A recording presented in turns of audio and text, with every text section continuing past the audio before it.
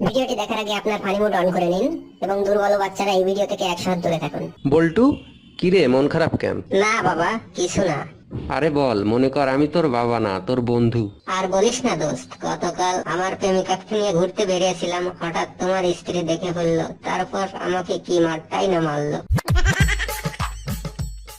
বাবা, আমার একজনকে পছন্দ হয়েছে। ওয়াও, কে এই সৌভাগ্যবতী?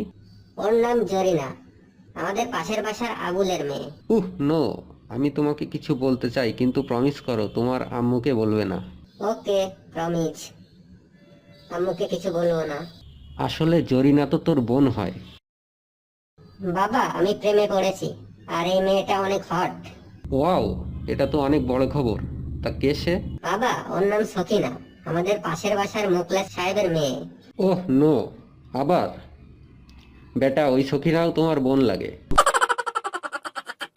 আম্মু এই পর্যন্ত 6টা মেয়েকে সিলেক্ট করেছে, কিন্তু বাবা বলেছে ওই 6জনই নাকি আমার বোন। শোন বাবা, মন খারাপ করিস না। তুই যে কোনো মেয়ের সাথে প্রেম কর, তোর বাবার কথা শুনবি না। ও তোর বাবাই নয়। বল্টু, 30টা পাত্রী তো দেখে ফেললি, কোনো মেয়েই তো তোর পছন্দ হলো না। তা তুই কেমন মেয়ে আশা করছিস? বাবা, আসলে আমি তো পিঙ্ক কালারের মেয়ে খুঁজছি। বাবা, আমি আর স্কুলে যাব না। কেন? লেখাপড়া করতে ভালো লাগে না?